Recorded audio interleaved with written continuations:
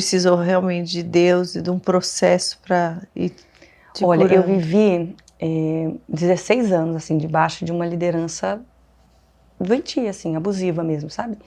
Então, e eu não conseguia enxergar porque eu cheguei muito cedo. Eu tinha 11 anos de idade. Né? Quando eu cheguei nesse lugar, eu já não estava mais na minha primeira igreja, assim, meu pastor tinha falecido. Então, E você foi sozinha ou foi com a sua família? foi a minha família, mas era um departamento de adolescentes.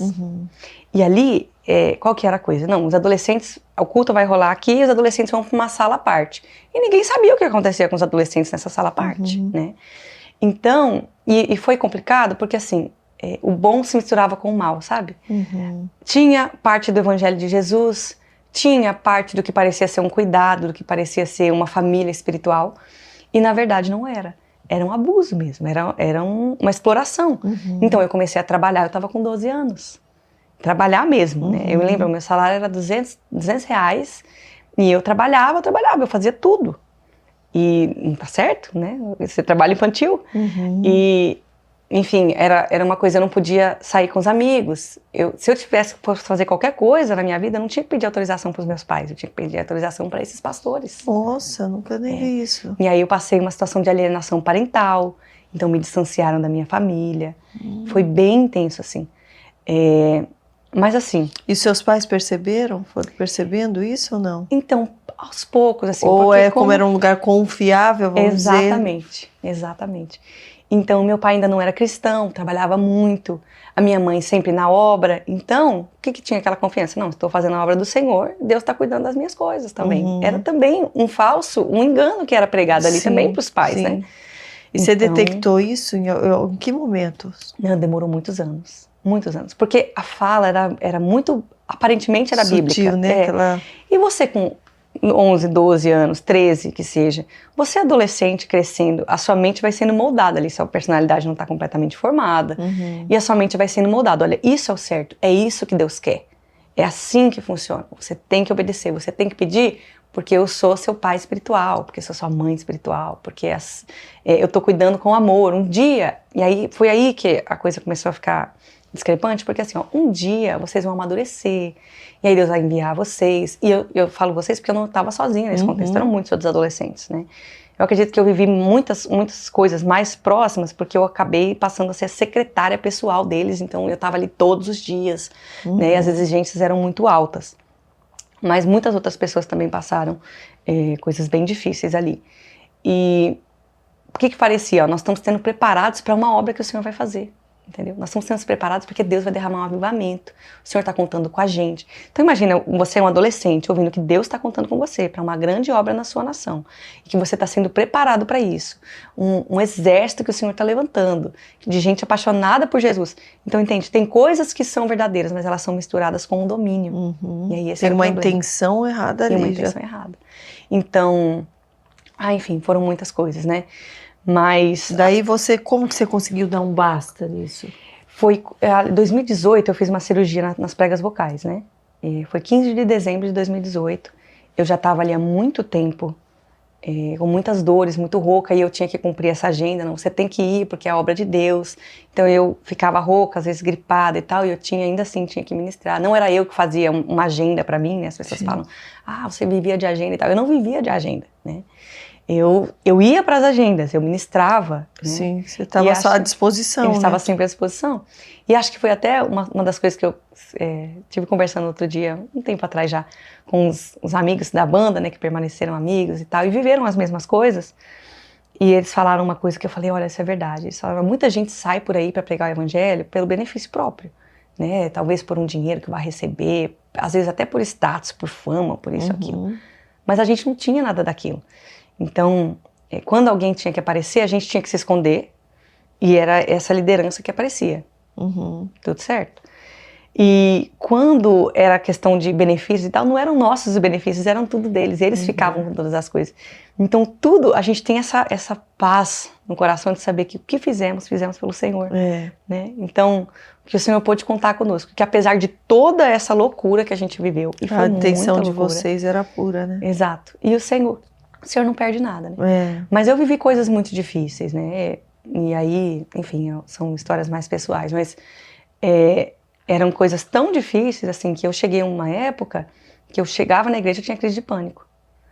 Porque para mim era aquele domínio, eu não podia ir no cinema sem pedir autorização. E aí eu já estava com 24 anos. E eu dizia, Senhor, isso não vai mudar nunca. E aí quando eu fiz essa cirurgia, e o ponto era assim, não, isso, se você está pensando assim, eles ensinavam que tudo que você estava pensando você tinha que levar, você tinha que falar, porque era pecado, você tinha que confessar. Então, uma distorção da doutrina bíblica da confissão de pecados. E aí, quando você falava, olha, mas eu estou questionando isso porque não faz sentido, a gente nunca vai crescer, então a gente nunca vai amadurecer. Eu tinha 11 anos, 12 anos, eu estou com 24, vou fazer 25 anos, nunca. Como é que vai ser isso? A gente vai ter que sempre pedir para vocês, não, ó, tá vendo, isso é orgulho, isso é rebeldia, isso é se levantar contra a autoridade. Aí tirava o texto de Miriam e Arão fora do contexto, né? Então, você tá se levantando como Miriam e Arão se levantaram contra Moisés, e aí você vai ficar leprosa, olha, tá vendo, o Senhor vai te rejeitar. Então era um domínio mesmo, e uma manipulação muito grande. E aí eu fiz essa cirurgia, e eu não tinha o que fazer, eu não podia falar. E eu passei um período sem poder falar, sem poder cantar, então eu não podia ir cumprir as agendas que queriam que eu fizesse e tal. E ali eu me lembro que eu fiz uma oração pro Senhor. Eu tenho o hábito de escrever, né, orações, eu sempre fui escrever muito. E aí você ficou em casa esse período? Eu fiquei em casa esse período, sozinha, né, e ali eu estava escrevendo uma oração, dias antes de fazer a cirurgia, falando pro Senhor, Senhor, eu tô com medo de fazer a cirurgia, porque era muitíssimo delicada, e nunca mais consegui cantar, nunca mais consegui falar. E eu vou descobrir, eu falei isso pro Senhor, eu vou descobrir que para eles eu sou só uma marionete. Alguém por meio de quem eles têm lucro. Mas eu tô com medo de não fazer a cirurgia, porque se eu não fizesse eu não poderia mais cantar, já não tinha mais condição. E também não poder mais cantar. E eu vou descobrir que para eles eu sou só uma marionete. Alguém por meio de quem eles têm lucro. E aí quando eu terminei de escrever minha oração, que eu olhei, que eu li aquilo de novo, e eu percebi, eu falei... De qualquer forma. De qualquer forma, eu já descobri. E aí eu orei de novo, eu entrei num jejum. Entrei num jejum de 40 dias e eu falei com o Senhor, Senhor, me ajuda, me dá ilumina, o que o Senhor quer que eu faça? Porque eu tinha uma ideia de que Deus queria me usar para transformar aquele ambiente, para transformar aquele lugar. Mas já tinha tentado de muitas maneiras, né? Mas tem horas... E eu era meio testa de ferro, assim. Então, o que eles falavam, eu que transmitia pro povo. Porque, teoricamente, eu era líder de louvor, mas eu não decidia nada. E eu era secretária da igreja, mas eu não decidia nada, eu não falava, não podia. Então, eu tinha que fazer... só posicionada, mais por trás. Era marionete. Exato. E para as pessoas, como ficava? A Tamires que tá falando isso, a Tamires que não deixa fazer isso, a Tamires não deixa fazer aquilo. Só que eu tinha uma coisa com a honra, né, muito grande. Sim. Então eu nunca queria dizer para as pessoas, olha, ele e ela que mandaram fazer assim, assim, assim. Não, eu dizia, olha, gente, essa é a direção. Então nós vamos fazer assim, nós vamos obedecer.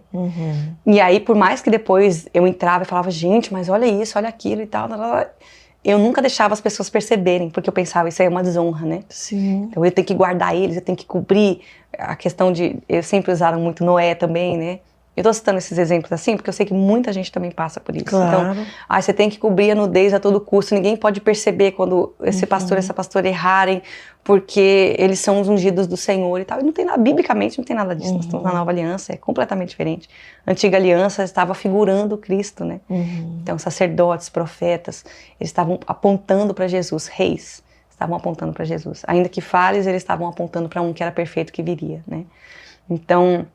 Aí eu me lembro que fiz essa cirurgia, fiz um jejum e orando, teve um dia que eu estava orando, clamando ao Senhor, falando, Senhor, muda, Senhor, o Senhor não vai fazer nada, Senhor, transforma e tal. E aí eu estava lendo a escritura em Apocalipse, eu estava no final do ano já lendo Apocalipse ali para encerrar a leitura bíblica. E aí, acho que era 18 ou 19 mais ou menos de dezembro, depois de fazer a cirurgia, eu nem podia jejuar, mas assim, eu estava num desespero. Você jejuou como? Eu fiz 40 dias. De quê? Pão e água. Só pão e água. Depois foi uma loucura. Foi uma loucura. Eu tive, assim, não recomendo, não faço isso. Mas na época que eu fiz, eu tive um problema no esôfago depois. Eu tive uma infecção no esôfago muito forte, porque eu já tinha acabado de sair de uma cirurgia. E aí entrei num jejum, a imunidade foi no meu pé, né? Enfim. Mas assim, o Senhor falou muito comigo naquele período. E uma das coisas que o Senhor falou pra mim foi em Apocalipse capítulo 2. Né? Olha, eu vejo o seu amor, o seu serviço. Eu vejo tudo isso. Eu tenho, porém, contra ti. Você tolera. Né? E ali ele estava falando de tolerar Jezabel. Que estava fazendo uma referência, né, a Jezabel de Elias, ali de Acabe. E aí ele fala de 3 coisas. Ela se declara profetisa e não é, ou seja, ela proclama um evangelho que não é verdadeiro, é falso. Sim. Ela usa de manipulação, se põe num lugar de autoridade que não foi Deus que deu. A idolatria, né? Sim. E porque os líderes são elevadíssimos, é uma idolatria, passa a ser uma idolatria, porque você não obedece mais a Deus, você obedece à vontade daquele líder, daquele homem, daquela mulher, que distorcem a vontade de Deus, dizendo é Deus. Quando você, e aí a pessoa que está ali, que era o meu caso, ou de outras pessoas, a gente ficava, mas está escrito assim. E eles falavam assado, e a gente dizia, mas olha, está escrito assim, e diziam, não, é que você não sabe interpretar, porque você não sabe entender a escritura e tal. E a última coisa é a imoralidade sexual, né? E aí as pessoas até temem, assim, dizer, não, mas se tem idolatria e tem o falso movimento profético, né? Com certeza, eu garanto absolutamente, a escritura mostra, isso. Sempre tem imoralidade sexual, sempre tem. Então, enfim, foram muitas coisas que aconteceram ali. E ali o Senhor falou pra mim, a sua parte é que você tolera. Você tá achando que você vai mudar, você continua aqui, chorando, percebendo já que tá... sofrendo, mas você não faz nada. Você está esperando que eu faça uma coisa que na verdade é você que tem que fazer. E aí a partir daquele ano, 2019 para frente, eu ainda tinha a ideia de que eu ia me posicionar contra, não contra as pessoas, entende? Mas contra a falsa doutrina. E aí Deus ia mudar as coisas, né? E aí você foi confrontar, você foi conversar? Eu me lembro que chegou em abril, depois que eu já podia falar, eu fiz uma lista de 6 páginas de Word só com tópicos. E eu fui para uma reunião e eu trouxe tudo aquilo que eu via, que pela escritura não era bíblico que estava acontecendo ali. E foi muito doido, porque aparentemente eles aceitaram. Choraram, disseram não, amém e tal. Mas 3 semanas depois, aí já estava de púlpito. Olha, Jezabel está se levantando, como se fosse um espírito, né? Ai, que gente, não é. Eu já vi isso. E... Nossa, acontece em todo lugar, é igual, é o padrão. Porque tá na a Bíblia, pessoa né? não se aguenta, a pessoa vai lá no púlpito querer responder aquilo. Exato. Como que se não fosse para você. É só um aviso para a igreja. Para geral, Mas ali foi muito difícil. Aí antes eu tinha que pedir autorização se eu fosse... Eu podia ministrar em qualquer lugar, tá? Desde que fosse com aquele ministério. Então não era uma questão de, olha, você não pode, não está qualificado para o ministério. Não era isso, era uma questão de proibição mesmo. E aí eu lembro que assim, vários amigos mesmo convidavam, olha, vamos gravar comigo isso e aquilo. E eu já estava com 25. E eu sempre falava, ai, não posso. Ou então, os meus pais que não deixam. Mas quem que eram esses pais?